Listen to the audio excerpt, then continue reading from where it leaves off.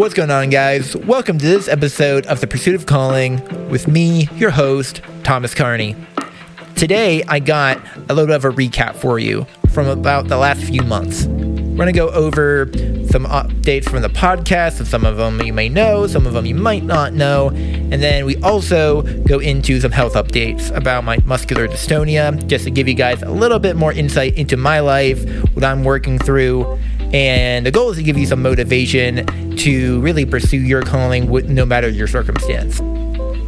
And if you like what I'm doing with this podcast, with the Pursuit of Calling, and you want to support me but aren't really sure how, I want to give you a few ways. One is sharing this episode or the podcast out on one of your social media accounts.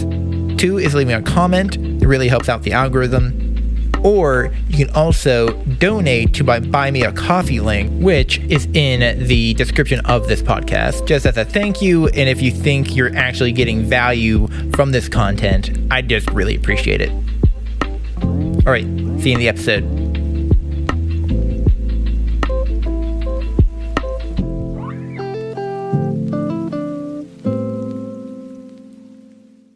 What's going on, everyone? So in this episode, it's a little bit different, as I probably said in the intro. This one is more of an update about my life, about what's going on with me, where I'm planning on going, like what's my future, what are my future plans. And this is really going to focus a lot on my health, like the updates with my health. As some of you know, I've been going through a trial of muscular dystonia. So I'm going to give you a little bit of updates of what I've been doing in that area of my life. And then we're going to dive into also how I'm working on improving in areas of the podcast and what some future goals are moving forward. So let's dive in a little bit. Let's dive in to my health updates. So my pain, like if you don't know about muscular dystonia, let me explain it a little bit. So muscular dystonia is a chronic muscular condition. It essentially is about incorrect signals being sent from the brain to your muscles and causes them to erroneously contract whenever they're not supposed to. Luckily, I'm not at a point where I don't have it as severely as some other people do. There's a lot of cases out there of cervical dystonia, which I do not have, where people's necks get affected heavily and their heads are kinked to one side until they figure out a way to loosen that up through therapies. And I do see that there's progress and ways to alleviate that, which is fantastic. And but my personal experience is essentially it's more widespread, I guess. I don't have any what a lot happens a lot is a lot of twists in your in arms or neck or certain body parts that you can't really control. And luckily I don't have to deal with that right now, but I do, and I do pray against that. But what I do deal with is a lot of tense muscles in my arms, my shoulders, my neck, and it seems to be more of a muscle tension in my experience than muscle twisting or the muscles contracting so severely that I can't move a particular body part. I do lose some range of motion in my shoulder, which I found out, but that's easily overcome with just not the range of motion isn't overcome. I haven't found out that yet, but it's not a huge deal for me, I guess is what I'm trying to say. So one way I'm working on bettering myself in the health area of my life is keeping with my diet. So a while ago, I did an elimination diet that was in a book called Inflammation Spectrum, written by Dr. Will Cole. It took about 6 months, and ever since then, I've been a lot more aware of the food industry and what is in particular foods. You might be wondering why I'm talking about that while talking about like my muscular dystonia. And it's because I have the particular belief that if I were to continue to eat a lot of the junk foods or just what's it called? Heavily processed foods, I believe I would be in a worse spot than I am right now. And I think there's enough evidence to show that regardless, there's evidence to show that if you can, people that continuously stay away from heavily processed foods have a higher quality of life. So I'm like, well, might as well stick in that area. I'm not perfect at it. Like I had potato chips the other day, and I felt sick afterwards. And now they're in the trash. So I'm trying to eat healthier. I'm also trying new things. And trying new things. When I say that, I mean I'm going to a new chiropractor that was recommended to me by a woman at my church. This particular chiropractor apparently uses cold lasers. I don't really know what that is yet, but I believe it's supposed to help alleviate some. It's supposed to alleviate some muscle tension, inflammation. I believe is what it targets mainly. But we're gonna look into it. I'm gonna look into it, try it out, and I'll probably report back next month. I guess I didn't really say that, but I'll go back to that later. I'll explain what this format is, and at the end of this episode. So there's another thing that happened yesterday which was July 25th was yesterday, and I met with a man from the Office of Vocational Rehab, which is somebody who essentially is there to facilitate the ways for me to get quality of life care, I guess you could say, that would particularly help me with my job. So, and then he's also pointing me in the direction of what is called the Center of Assistive Technology, which potentially can help me with driving, because driving is really difficult for me. So that is something that I'm looking forward to and reporting back on, if you guys like this format. So I also want to talk about like my hopes to come out of this part of my life, because this part of my life could be a part of my life for the rest of my life on this earth, or it could be a part of my life for a limited amount of time. I don't know. Only God knows that. So like, really, there are a few things I want to come out of this part of my life, regardless of how long this lasts for. I want my testimony to be known. So like, I want how this has strengthened me in my faith. I like knowing that, God, knows it all. He knows every part of me. He knows like every hair on my head. So like he knows that also means he knows exactly what's wrong with me.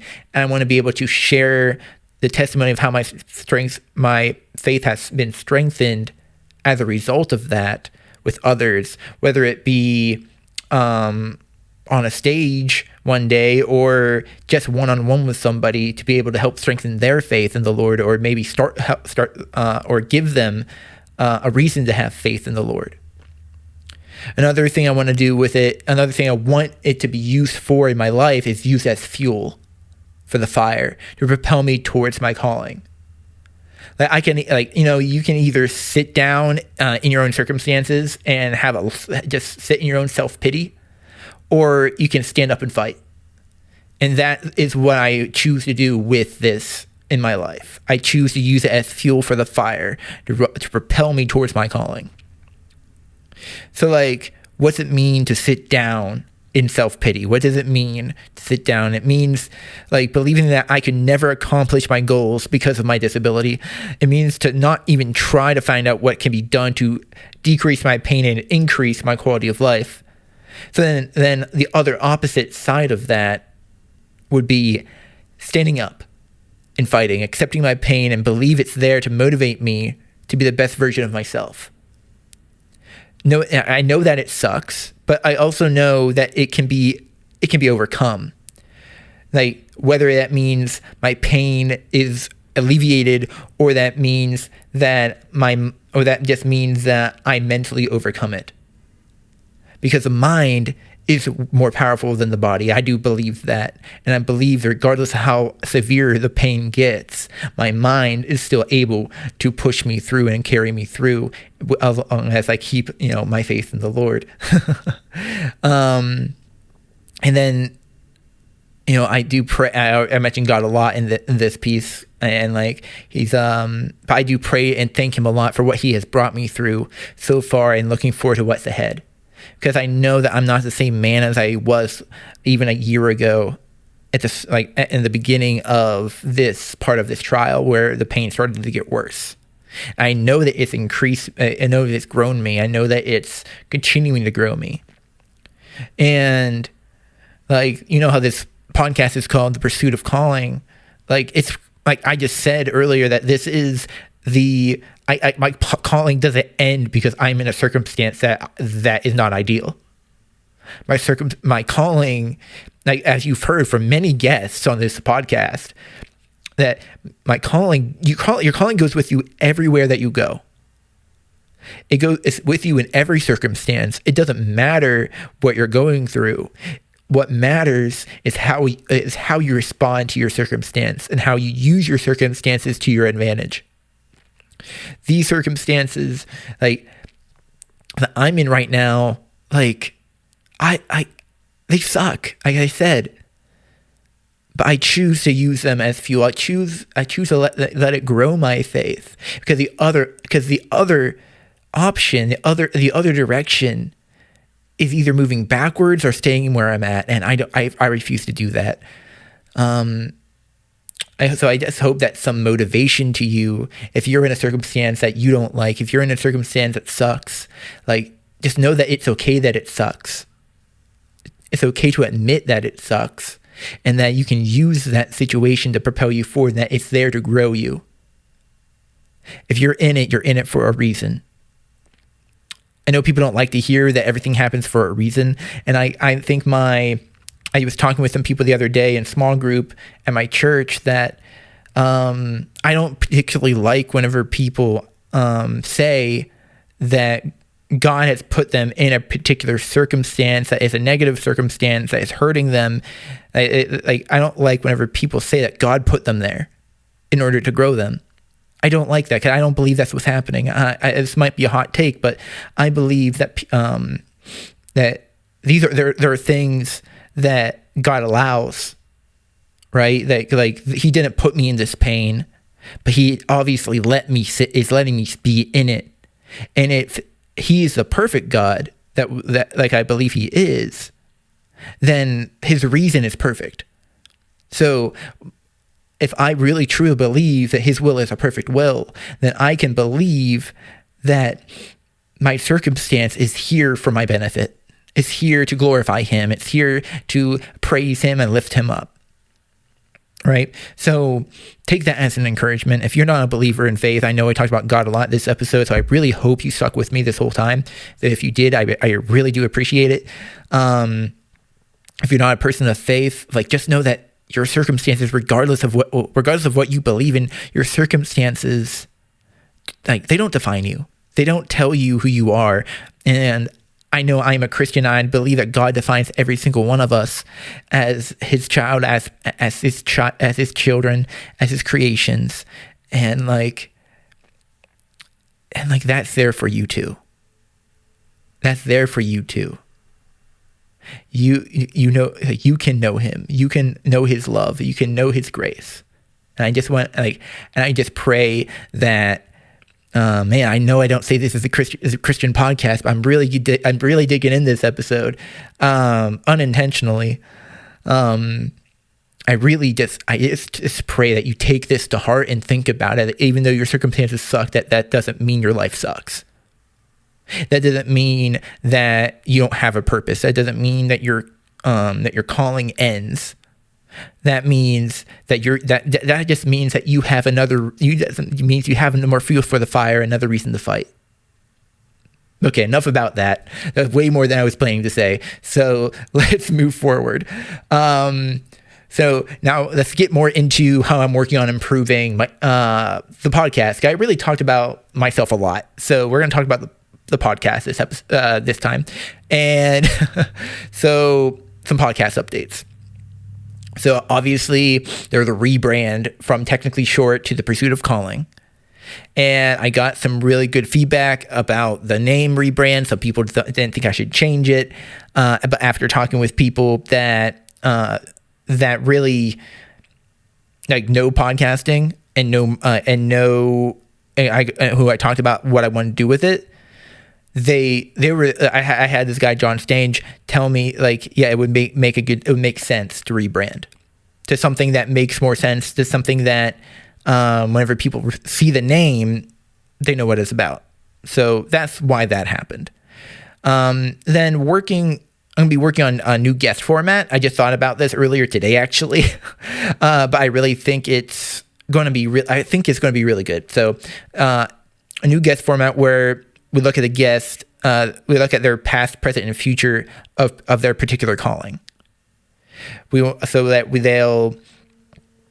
kind of give you guys not a step-by-step process, but like give you kind of more of a timeline of life, and maybe that can give you a little bit more insight into your calling. So I think it could be interesting. Honestly, I don't really have much else for you guys. This is a shorter episode. So let me know what you think of this new solo format. Just a recap, maybe do this once a month. And I would really appreciate you just letting me know in the comments. That'd be fantastic, what you think of it. So my plan is to do this, like I said, once a month, and give you all updates on my life and plans for the future, and like just to keep you guys updated. Let me know what you think. So thank you for listening to this episode of The Pursuit of Calling with me, your host, Thomas Carney. Don't forget to share this episode out on all your platforms, and I will see you next time. Peace, guys.